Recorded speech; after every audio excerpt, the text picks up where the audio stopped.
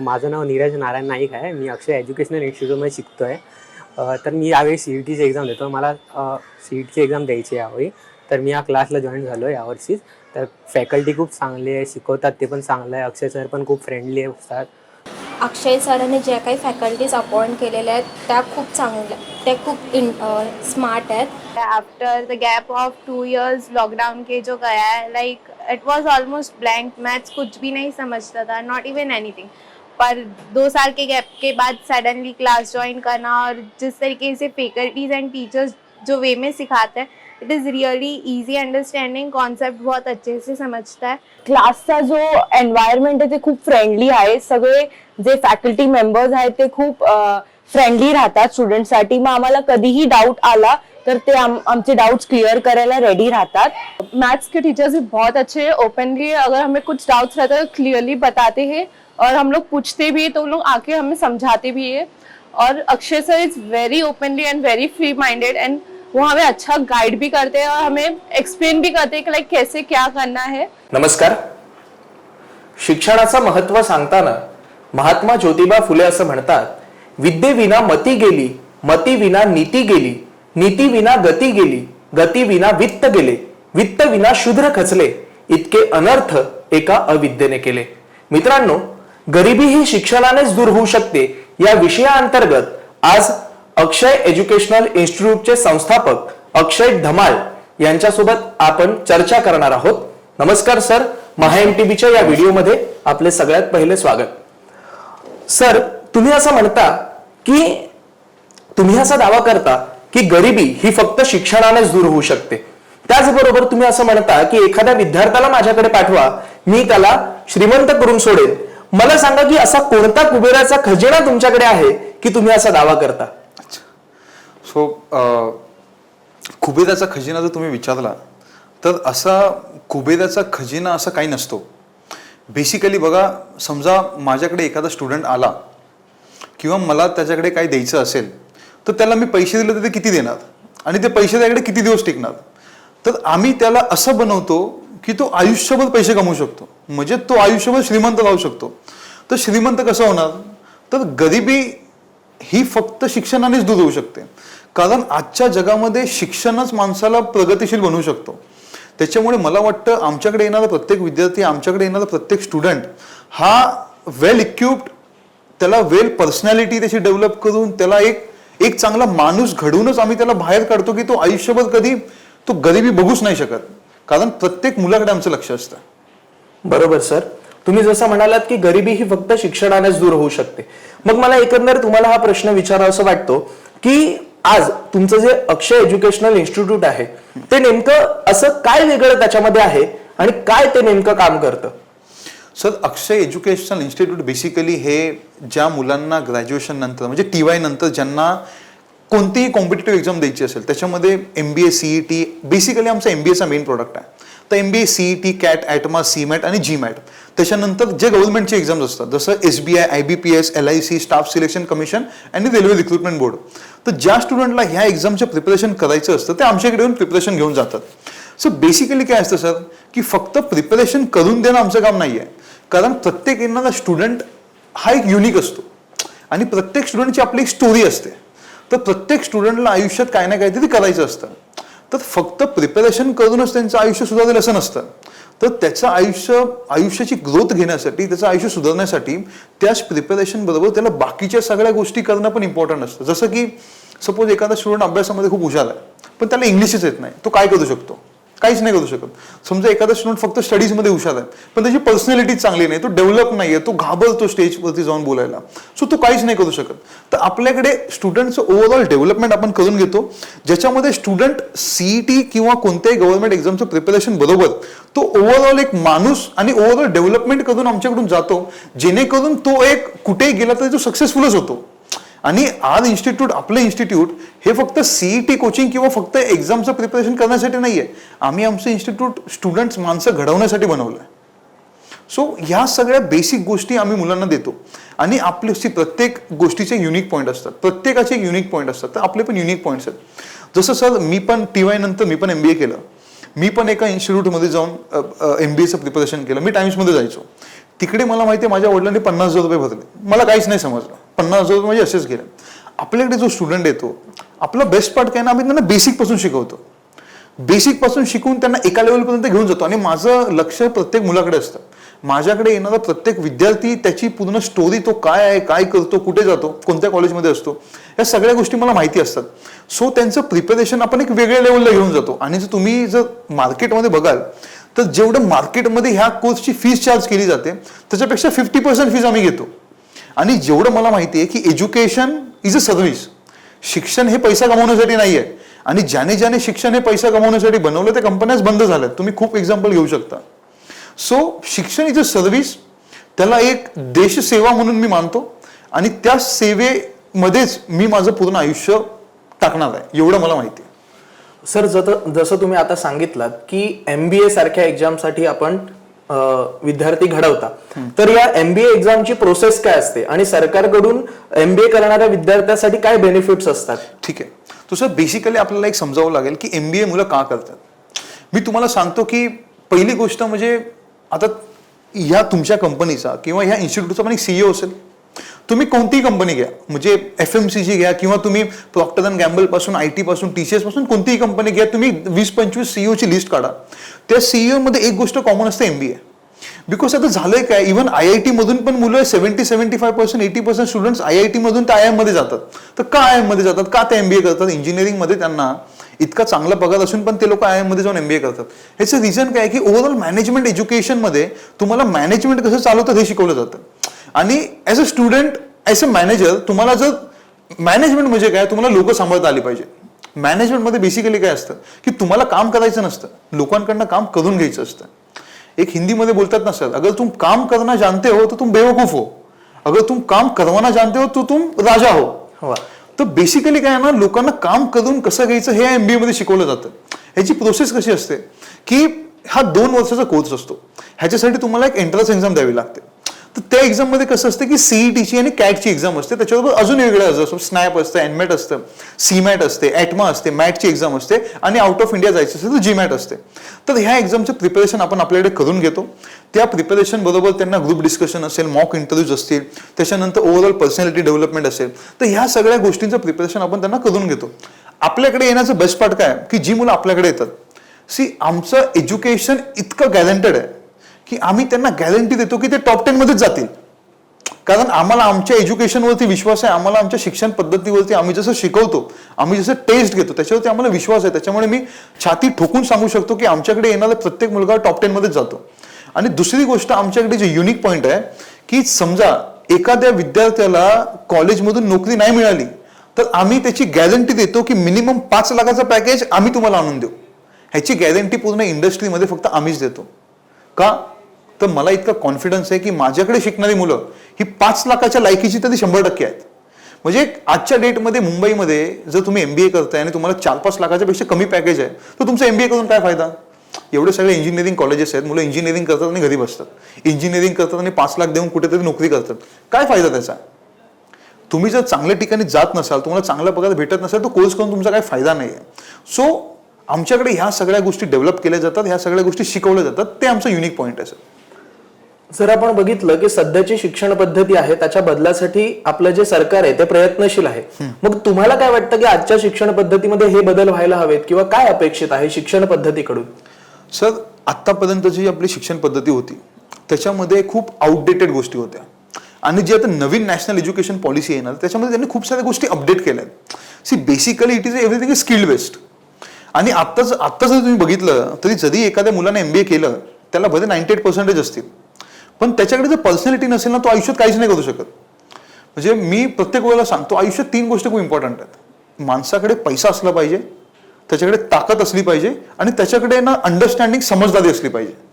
या 3 गोष्टी ज्याच्याकडे ना तो आयुष्यात खूप काही करू शकतो. मग भले तुम्ही शिक्षणामध्ये तुम्ही कमी जास्त असेल तरी चालेल. तुम्ही बघा की सगळेच कंपन्यांचे CEO टॉपच्या बिझनेस स्कूल मधले नसतात किंवा सगळ्याच टॉपच्या बिझनेस स्कूल मधले स्टुडंट्स कंपनीचे CEO नाही बनत. खूप सारे एक्झाम्पल्स आहेत ज्या छोट्या छोट्या कॉलेजमधून शिकून पण त्यांनी आयुष्यात खूप काही गोष्टी केल्यात. सो बेसिकली शिक्षण पद्धतीमध्ये विचाराल तर मुलगा स्किल्ड बेस असला पाहिजे आणि ऍक्च्युली त्याच्यामध्ये पर्सनॅलिटी चांगली असली पाहिजे. तुम्ही कुठेही बघा, जर समजा आता बेसिक एक्झाम्पल आपलं MBAचंच घ्या. समजा एखादा स्टुडंट HR मध्ये आहे, ठीक आहे, टाटा स्टीलमध्ये काम करतोय, प्लांटमध्ये एक मॅनेजर आहे. समजा 200 लोकांनी स्ट्राईक केलं, आजच्या दिवसात 200 लोकांनी स्ट्राईक केलं आणि त्यांनी सांगितलं की आज जर आम्हाला दिवाळीचा बोनस नाही दिला तर आम्ही काम बंद करणार. तर ॲज अ HR मॅनेजर त्याचं पर्सेंटेज कोण नाही बघणार, ती सिच्युएशन तो कशी हँडल करतोय त्याच्यावरती त्याचं सगळं डिपेंड असणार. सो MBA बेसिकली पर्सनॅलिटी डेव्हलपमेंटचा कोर्स आहे आणि शिक्षण पद्धतीमध्ये मला असं वाटतं केस स्टडी जास्त घेतल्या पाहिजेत की ज्याच्यामुळे एखाद्या सिच्युएशनला कसं हँडल करता येईल. तर त्या सगळ्या गोष्टी प्रॅक्टिकल लर्निंगमधूनच आपण खूप साऱ्या गोष्टी मुलांना शिकवू शकतो आणि मुलं घडवू शकतो. मग सर, अक्षय एज्युकेशनल इन्स्टिट्यूट यासाठी काय काम करते आणि नेमकं ही संस्था स्थापन करण्यामागचा तुमचा उद्देश काय होता? जर तुम्ही अक्षय एज्युकेशन इन्स्टिट्यूट काय करतं विचाराल तर पुन्हा एकदा मी तेच सांगेन की अक्षय एज्युकेशन इन्स्टिट्यूट एक्झामचं प्रिपरेशन तर कॉम्पिटेटिव्ह करून घेणारच, ते तर त्याचं मेन काम आहे. पण त्याच्याबरोबर कोर बेसिक इम्पॉर्टंट काय ना सर, मुलाचं ओव्हरऑल पर्सनॅलिटी डेव्हलप झाली पाहिजे. म्हणजे जो स्टुडंट आमच्याकडे येतो 6 महिन्यानंतर त्याच्यामध्ये चेंजेस दिसतात, त्याला स्वतःला चेंजेस दिसतात. कारण आमच्याकडे काय ना, मुलांना खूप साऱ्या ऍक्टिव्हिटी केल्या जातात, त्याला प्रेझेंटेशन दिलं जातं, त्याला प्रोजेक्ट्स दिले जातात, ग्रुप प्रोजेक्ट्स दिले जातात, ज्याच्यामधून तो ओव्हरऑल पर्सनॅलिटी त्याची डेव्हलप करतो. कम्युनिकेशन आमच्याकडे सर बेसिकली जर तुम्ही कुठेही कोणतेही एक्झामचं प्रिपरेशन करायला जाल तर तेवढं प्रिपरेशन करवतात आणि सोडून देतात. आमच्याकडे त्यांना इंग्लिशसाठी वेगळा फोकस असतो, डेव्हलपमेंटसाठी पर्सनॅलिटी डेव्हलपमेंटसाठी वेगळा फोकस असतो, त्यांनी लाईफमध्ये आयुष्यात काय केलं पाहिजे. किंवा माझ्याकडे अशी पण मुलं येतात सर जे माझ्याकडून शिकून आज 2-2, 3-3 वर्ष झाली, त्याच्यानंतर पण ते मला फोन करतात, सर मला असं करायचं तर मी हे करू का ते करू का. सो ऍक्च्युली आपल्याकडे एकदा स्टुडंट आला तो लाईफ टाईमपर्यंत आपल्याकडे कनेक्ट होतो. ह्याच्या पुढे जाऊन सांगतो की स्टुडंटला आजच्या डेटमध्ये जी स्टुडंट माझ्याशी कनेक्ट होतात ते प्रत्येक प्रॉब्लेम्स त्यांच्या घरातल्यांना नाही सांगत, पण ते मला सांगतात. प्रत्येक प्रॉब्लेम ते जे फेस करतात ते त्यांनी मला पहिला फोन करून सांगतात. इव्हन मी तुम्हाला हेही सांगतो, एखाद्या मुलाला जर TC ने पकडलं तर तो पहिला मला फोन करतो, सर मुझे ये स्टेशन में TC ने पकडा, मैं क्या करूँ, ये लो बात करो. मग मी त्याच्या TCशी बोलतो. म्हणजे हे कनेक्शन जे आहे ना, हे contact as a teacher as a स्टुडंटचं हे कॉन्टॅक्ट असलं पाहिजे. आजच्या डेटमध्ये काय झालंय सर, एक स्टुडंट आहे ना, एक दगड असतो, एक मूर्ती असते, एक दगड असतो, नॉर्मल दगड असतो, तो आपल्याकडे आलेला असतो. तर त्याला आपल्याला ठोकून त्याची आपल्याला मूर्ती बनवायची असते आणि व्हॅल्यू त्या मूर्तीची असते, व्हॅल्यू दगडाची नसते. पण तो असतो, तो दगडच आहे, पण त्याला मूर्ती बनवली की त्याची व्हॅल्यू बनते. बेसिकली आता काय झालंय सर, कॉलेजेसमध्ये तुम्ही बघाल तर कॉलेजमध्ये शिक्षक सर सकाळी 7 ते 10, 11 वाजेपर्यंत काम करतात, घरी निघून जातात. 12 वाजेपर्यंत काम करतात, घरी निघून जातात. कॉलेजमध्ये सर 400-500 मुलं असतात. जर कॉलेजमधल्या प्रत्येक शिक्षकाने जर प्रत्येक मुलाकडे लक्ष ठेवलं तर मी तुम्हाला सांगतो कोणताच मुलगा आयुष्यात गरीब नाही राहणार. बेसिक एज्युकेशन केलं म्हणजे सगळं केलं असं नाही. ऍक्च्युली प्रॉब्लेम काय आहे ना की आपल्या शिक्षण पद्धतीमध्ये शिक्षक चांगले पाहिजे. कॉलेज आता IIT, IIMs ह्याच कॉलेजमध्ये मुलं का जातात, त्याचं रिझन असं की तिकडे शिक्षक चांगले आहेत. आपल्या इकडे शिक्षक 7 ते 12 काम करतो, 12 नंतर त्याला स्वतःचा खासगी क्लासेस चालवायचा असतो. सर हा कुठेतरी जो गॅप आहे ना एज्युकेशनमध्ये, हा कुठेतरी फील केला पाहिजे. शिक्षकांनी मनापासून काम केलं पाहिजे. प्रत्येक मुलगा, जो मुलगा तुमच्या कॉलेजमध्ये येतो किंवा तुमच्याकडे येतो, त्या मुलांनी आयुष्यात काहीतरी केलंच पाहिजे. तो मुलगा आयुष्यात डेव्हलप झालाच पाहिजे. असा फोकस करून जर प्रत्येक कॉलेज प्रत्येक मुलावरती काम करायला लागेल, त्याच्यानंतर सर हे यूथ आणि हे पूर्ण महाराष्ट्र ऑटोमॅटिक डेव्हलप होईल. सर जसं तुम्ही सांगितलं तसं एक वाक्य मला आठवलं. असं म्हणतात की जिंकणारा कधीच वेगळं काम करत नाही, तो प्रत्येक काम इतरांपेक्षा वेगळ्या पद्धतीनं करतो. आणि आज अक्षय सरांकडे जर आपण पाहिलं तर प्रत्येक काम ते वेगळ्या पद्धतीनं करतायत. सर जसं तुम्ही सांगितलं की तुम्ही शिक्षण क्षेत्रात आलात, मग शिक्षण क्षेत्रात काम करण्यासाठी स्वतःचा काहीतरी एक वेगळा संघर्ष असतो. असा कोणता संघर्ष तुम्हाला तुमच्या काळामध्ये शिक्षण घेण्यासाठी करावा लागला? सर बेसिकली जर तुम्ही ह्या सगळ्या गोष्टी बघाल, आपल्या एज्युकेशन इन्स्टिट्यूट किंवा सगळ्या गोष्टी बघाल, तर हे सगळं कनेक्टेड आहे. माझं बालपण बघितलं तर माझा जन्म झाला गावी. त्याच्यानंतर माझं बेसिक 1ली ते 5वीचं एज्युकेशन झालं मुंबईमध्ये. परिस्थिती अशी होती की मुंबईमध्ये खूप काही करू नाही शकलो, त्याच्यामुळे आम्हाला परत गावी शिफ्ट व्हावं लागलं. वडील एक छोट्याशा माथाडीमध्ये अकाउंटंट होते, सॅलरी एवढा पगार इतका नव्हता. मग आम्ही गावी शिफ्ट झालो. गावी शिफ्ट झाल्यानंतर सर माझं गाव सातारामध्ये अंबारवाडी सारख्या छोट्या गावामध्ये मी राहायचो. आमच्या गावापासून माझी शाळा होती राजेंद्र विद्यालय, 4.5 किलोमीटर लांब. 5वीमध्ये असताना सर आम्ही 4.5 किलोमीटर चालत जायचो आणि 4.5 किलोमीटर चालत घरी यायचो. तर बेसिकली सर तुम्ही विचार करू शकता, आज इकडे तुम्ही 500 मीटर चालायला गेलं तर हालत खराब होते. आम्ही 5वीत असताना 4.5 किलोमीटर शाळेत चालत, 4.5 किलोमीटर शाळेतून घरी यायचो. पहिले 6 महिने 1 वर्ष माझ्याकडे 8 महिने ते 1 वर्ष सर माझ्याकडे व्हेकल नव्हती. त्याच्यानंतर माझ्या आजोबांनी आमच्या गावाकडे गावामध्ये एक माणूस होता, त्याची जुनी सायकल आम्ही मागितली, ती रिपेअर करून मी वापरायला लागलो. त्याच्यानंतर तिची सुरुवात झाली. मग शाळेमधून जाऊन येऊन शाळेत सायकलवर जायचं. शाळेमध्ये शिक्षण काही एवढं होत नाही सर, मी तुम्हाला फ्रँकली सांगतो. शाळेमध्ये काय बेसिकली आम्हाला म्हणजे लेक्चरला कधी बसायचं कधी नाही बसायचं. बट 5वी 6वी 7वीत असताना सर मी आमच्याकडे पारगाव खंडाला एक आणेवाडीचा टोल नाका होता, त्या टोल नाक्यावर मी शेंगदाणे विकायचो. त्याच्यानंतर आमच्या गावामधून एक कॅनॉल गेला होता, जिकडे आपण त्याला एक पाण्याचा पार्ट बोलतो जो प्रत्येक गावातून जातो. त्या कॅनॉलवरती मी पाणी मारायचं काम करायचो, शेंगदाणे विकायचं काम करायचो. म्हणजे ह्या गोष्टी सगळ्या मी 5वी 6वीत असताना केल्यात. त्याच्यामुळे पैसे कमवायची सवय मला लहानपणापासूनच होती. स्वतःचं काहीतरी अस्तित्व निर्माण करायचं, स्वतः काहीतरी दुनियापेक्षा वेगळं करायचं एवढं मला माहिती होतं.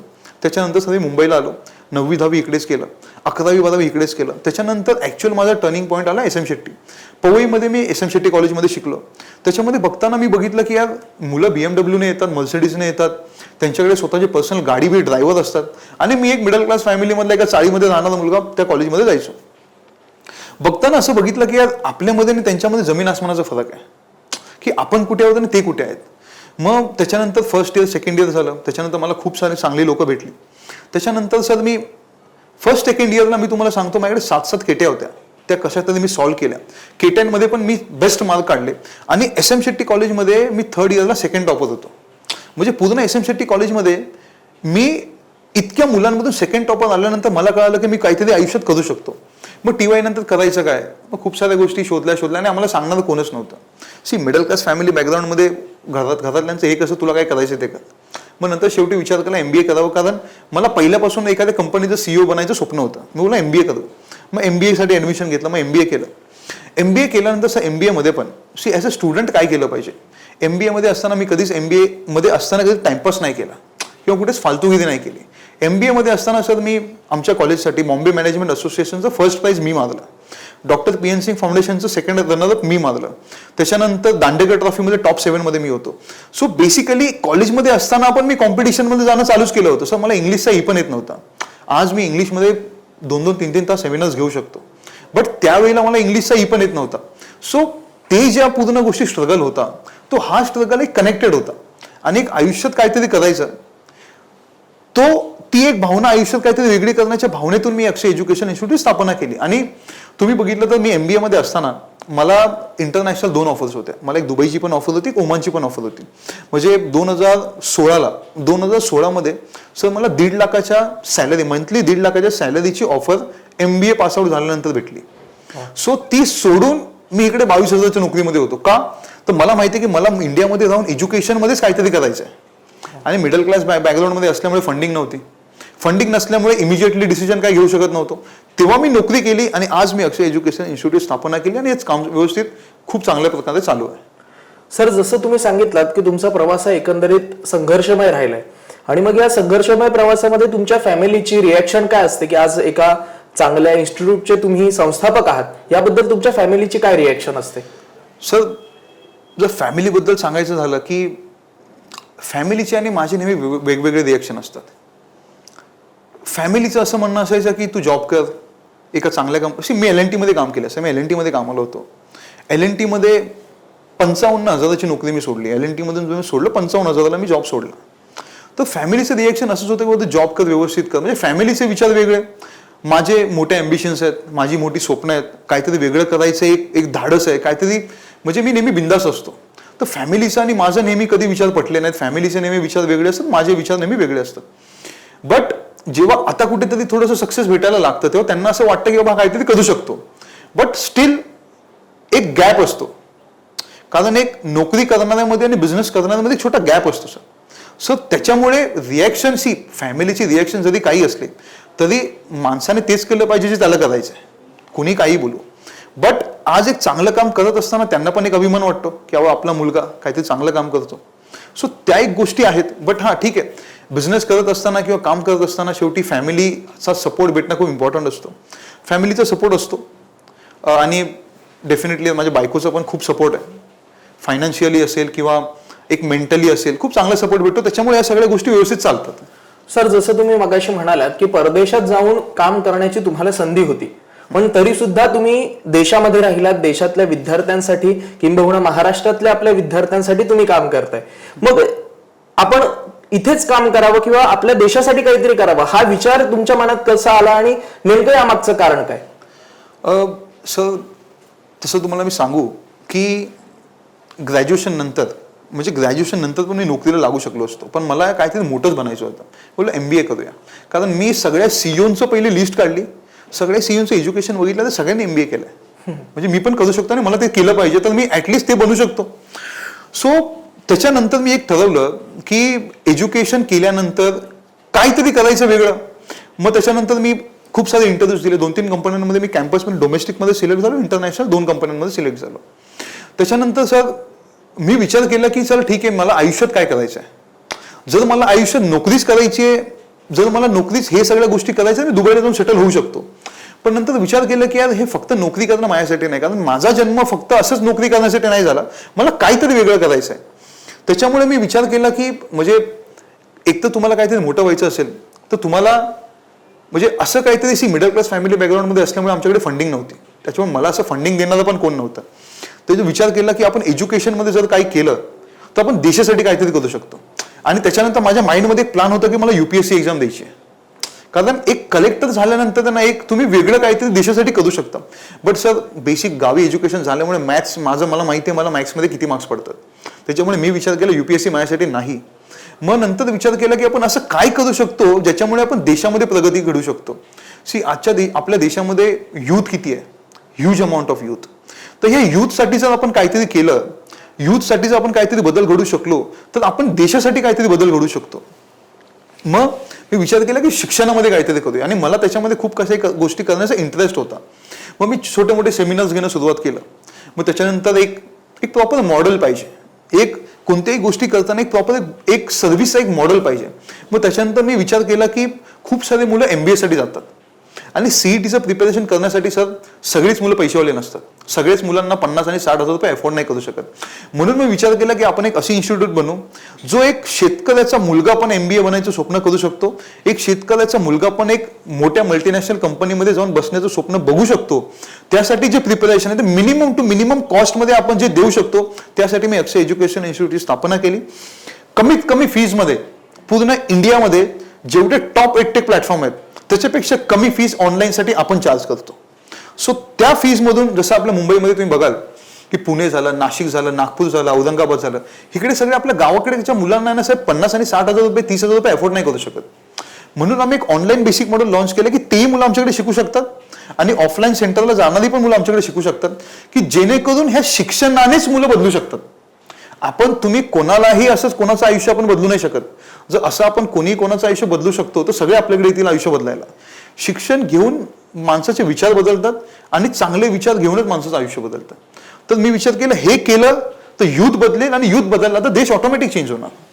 सर, जसं तुम्ही सांगितलं तसंच मला एक प्रश्न विचारावा वाटतो की आज सुशिक्षित जे तरुण आहेत आपल्या देशातले, ह्यांच्यासमोर एक मोठा प्रश्न आहे, तो म्हणजे बेरोजगारीचा. आणि मग बेरोजगारी का, तर आज पर्सनॅलिटी डेव्हलपमेंट असू द्या किंवा स्किल डेव्हलपमेंट असू द्या, ह्या गोष्टीमध्ये कुठेतरी आपला तरुण मागे पडतोय. मग ह्यावरती नेमका काय तोडगा काढता येईल आपल्याला? सर, तुम्ही जर बेरोजगारी विचाराल, तुम्ही आजच्या डेटमध्ये तुम्ही कोणतेही मीडिया चॅनल ओपन करा, तुम्ही न्यूजमध्ये बघाल की देशामध्ये इतकी बेरोजगारी आहे, देशामध्ये इतकी बेरोजगारी आहे. सर मी तुम्हाला सांगतो देशामध्ये बिलकुल बेरोजगारी नाही आहे. आम्ही अक्षय फाउंडेशन जॉब फेअर्स आम्ही पूर्ण मुंबईमध्ये ठिकठिकाणी, मुंबई झालं, पुणे, नाशिक, सातारा या ठिकाणी आम्ही जॉब फेअर ऑर्गनाईज करतो. तिकडे काय होतं की आम्ही डायरेक्ट कंपनीजला इन्व्हॉल्व करतो, कंपनीजला घेऊन येतो, कॉलेजेसचे स्टुडंट असतात आणि मग तिकडे आम्ही इंटरव्ह्यूज घेतो आणि मुलं सिलेक्ट होतात. मी तुम्हाला सांगतो सर, मुंबईमध्ये प्रत्येक महिन्याला आता आमचा येणाऱ्या 4 दिवसानंतर एक जॉब फेअर आहे. आम्ही कमीत कमी 7 ते 8 कंपन्या तिकडे घेऊन जातो, सगळ्या ब्रँडेड कंपन्या, मोठ्या कंपन्या. होतो काय ना, कंपन्यांना एलिजिबल कॅन्डिडेट नाही भेटत. प्रॉब्लेम काय होतो, कंपन्यांकडे डोमेन नॉलेजच नाही आहे, सॉरी मुलांकडे डोमेन नॉलेज नाही आहे. मुलांना हे माहितीच नाही की त्यांनी कॉलेज लाईफमध्ये काय केलं पाहिजे. ते कॉलेज लाईफमध्ये पूर्ण टाइमपास करत बसतात. मग त्याच्यानंतर जेव्हा ते इंटरव्ह्यूला जातात तेव्हा त्यांना कंपनीबद्दल इन्फॉर्मेशन नसते. फॉर एक्झाम्पल मी नेहमी सांगतो, समजा तुम्ही एखाद्या ICICI बँकेमध्ये स्टुडंट इंटरव्ह्यूला गेला आणि त्याला सांगितलं की ICICI बँकेच्या एक्स CEO चंदा कोचरने जॉब का सोडला, त्यांना माहीतच नसतं. तुम्हाला वाटतं ह्या स्टुडंटला नोकरी भेटेल? भेटूच नाही शकत. का तर त्याच्याकडे डोमेन नॉलेजच नाहीये. तर कंपन्यांना एलिजिबल कॅन्डिडेट भेटत नाहीये. आणि जे मीडियामधून पोर्ट्रे केलं जातं बेरोजगारी बेरोजगारी बेरोजगारी नाहीये. ऍक्च्युली स्टुडंटला समजलं पाहिजे की मला ही नोकरी करायची आहे, तर ह्या नोकरीसाठी मला काय शिक्षण लागेल. आता तुम्ही पत्रकार आहात, समजा मी ठरवलं की उद्या मला पत्रकार बनायचं आहे, तर मी पहिला फाइंड आउट करेन की पत्रकार बनण्यासाठी मला काय काय गोष्टी रिक्वायरमेंट आहेत, मला कुठे जाऊन शिक्षण घेतलं पाहिजे, माझ्यामध्ये अशा कोणत्या स्किल्ड असल्या पाहिजेत ज्या स्किल्डमुळे मी पत्रकार बनू शकतो. तर ह्या सगळ्या गोष्टी ॲक्वायर जर मी केल्या तर मी ऑटोमॅटिक पत्रकार बनेन. मी का बेरोजगार राहीन. बेरोजगारी ह्याच्यासाठीच आहेत की तुम्हाला ऍक्च्युली माहिती नाही की तुम्ही काय केलं पाहिजे. स्टुडंटला ऍक्च्युअल माहितीच नसते की त्यांनी आयुष्यात केलं काय पाहिजे. आणि हे कॉलेजवाल्यांना सुधारावं लागेल. सी आमच्या इन्स्टिट्यूटमध्ये हार्डली किती मुलं येतात, 100-200 मुलं येतात, 300 मुलं येतात. कॉलेजमध्ये एका कॉलेजमध्ये 4-4, 5-5 हजार विद्यार्थी असतात. जर प्रत्येक कॉलेजने जर ही सिस्टम चेंज करण्याची ठरवली त्याच्यानंतर सर ऑटोमॅटिक सिस्टम बदलेल. फर्स्ट इयरमध्ये जातानाच मुलाला समजलं पाहिजे की मला TY नंतर हे करायचं आहे. त्याचं प्रिपरेशन तो फर्स्ट इयरला चालू करेल. आम्ही किती साऱ्या कॉलेजेसमध्ये सेमिनार घेऊन हेच सांगतो. आणि आता आमची डिमांड मार्केटमध्ये इतकी वाढली आहे की सर मोस्ट ऑफ द कॉलेजेसमध्ये आम्हाला बोलवलं जातं. मोस्ट ऑफ द कॉलेजेसमध्ये. आणि त्या कॉलेजेसमध्ये बोलून आम्ही मुलांना फर्स्ट इयर पासून हेच सांगतो की तुम्ही हे केलं पाहिजे, हे केलं पाहिजे, हे केलं पाहिजे. मग त्या मुलांचं प्रिपरेशन चालू होतं. विथ द टाइम त्यांचं थर्ड इयर कम्प्लीट होतं. ते मेंटली प्रिपेअर्ड असतं की त्यांना करायचं काय. ते केल्यानंतर डेफिनेटली त्याचा रिझल्ट चांगला येतो आणि ते सक्सेसफुल होतातच होतं. सर एकंदरीत तुमच्या बोलण्यातून मला असं दिसतं की शिक्षण हे कुठेतरी रोजगारभिमुख असावं किंवा शिक्षणाला रोजगाराची जोड असावी. हे तुमच्या मुलाखतीतून दिसतंयच. पण आज बरेचसे तरुण व्यवसायाकडे वळू इच्छित आहेत. त्या व्यवसायाकडे वळू इच्छिणाऱ्या तरुणांना तुम्ही काय सांगाल. सर व्यवसायाचं जर तुम्ही विचाराल तर व्यवसायासाठी सर कोणताही बिझनेस असू दे तुम्हाला थोडीफार फंडिंग तर करावीच लागते. जे आपण व्हिडिओज बघतो किंवा जे यूट्यूबमध्ये आपण बघतो ह्या सगळ्या गोष्टी बघतो किंवा काही असे व्याख्याते असतात ते बोलतात की तुम्ही मग ते आपल्याला चहाच्या टपरीचं एक्झाम्पल देतात. इथं तुम्ही टपरी टाका, 1 चहा विकला जातो, मग 100 चहा विकले जातात, मग एवढे पैसे होतात. हे सगळं फॅन्सी आहे ना, हे आपल्याला बघण्यासाठी ठीक आहे. बट तुम्ही जेव्हा करायला जाता ना तेव्हा तुम्हाला खूप चॅलेंजेस फेस करावे लागतात. पहिली गोष्ट म्हणजे तुम्ही त्या चॅलेंजेस फेस करण्यासाठी तयार राहणं गरजेचं आहे. दुसरी गोष्ट म्हणजे मी तर बोलतो व्यवसाय ना सर, व्यवसाय रोजगार निर्माण करतो. आणि जेवढे रोजगार निर्माण होणार तेवढी बेरोजगारी आपल्या देशातली कमी होणार. व्यवसाय करण्यासाठी इम्पॉर्टंट आहे ना तुम्हाला एक एक्सपिरियन्स असला पाहिजे. होतं काय नॉर्मली 2 गोष्टी असतात. एक गोष्ट अशी असते की ज्याच्याकडे ऑलरेडी वडिलांचा आजोबांचा बिझनेस आहे तो तुम्हाला कॅरी ऑन करायचा आहे. त्यासाठी तुम्हाला असं काय मास्टर एज्युकेशन किंवा एक्सपिरियन्सची तर थोडीफार गरज लागते, पण एवढ्या एक्सपिरियन्सची गरज नाही. कारण ते तुमचं खानदानी बिझनेस चाललेलं आहे, लहानपणापासून तुम्ही ते बघितलेलं आहे. बट तुम्ही जेव्हा नवीन बिझनेस चालू करायचा, समजा आता तुम्ही बघाल, समजा मला कॉफी शॉप ओपन करायचं आहे, तर मी ही चुकी कधीच नाही करणार की बँकेतून 10 लाख लोन घेतला आणि उद्यापासून कॉफी शॉप चालू केलं. मी काय करणार, मी पहिले एखाद्या कॉफी शॉपमध्ये काम करणार. मी पहिलं अशा कॉफी शॉपमध्ये 6 महिने काम करणार. तिकडे पहिलं बघणार की कॉफी शॉप चालतं कसं, कोणते प्रोडक्ट जास्त विकले जातात, कॉफी कुठून सोर्स करायची, ग्लास कुठून सोर्स करायचा, किंवा कॉफी बरोबर आपण असे कोणते प्रोडक्ट विकू शकतो ज्याच्यामध्ये जास्त मार्जिन मिळेल. तर ह्या सगळ्या गोष्टी 6 महिने जॉब करून मी शिकेन. त्याच्यानंतर मी स्वतःचं कॉफी शॉप चालू करेन. बरोबर. एवढी मोठी रिस्क मी पहिला नाही घेऊ शकत. आणि एकदा तुमचा बिझनेस चालू झाला, तो सस्टेन झाला आणि प्रॉफिट झालं, त्याच्यानंतरचं फंडिंग ऑटोमॅटिक भेटतं. फंडिंग भेटण्यासाठी तुम्हाला काहीही त्रास नाही होत. सो बेसिकली मला तसं वाटतं की पहिला मुलांनी एक्सपिरियन्स घ्यावा, बिझनेस मॉडेल शिकावं, कुठेतरी त्याच ज्या ठिकाणी ज्या गोष्टीचा मला बिझनेस करायचा आहे त्याच कंपनीमध्ये, त्या रिलेटेड कंपन्यांमध्ये काम करावं, तिकडून एक्सपिरियन्स घ्यावा आणि स्वतःचा बिझनेस बिंदास चालू करावा. काही टेन्शन नाही. धन्यवाद सर.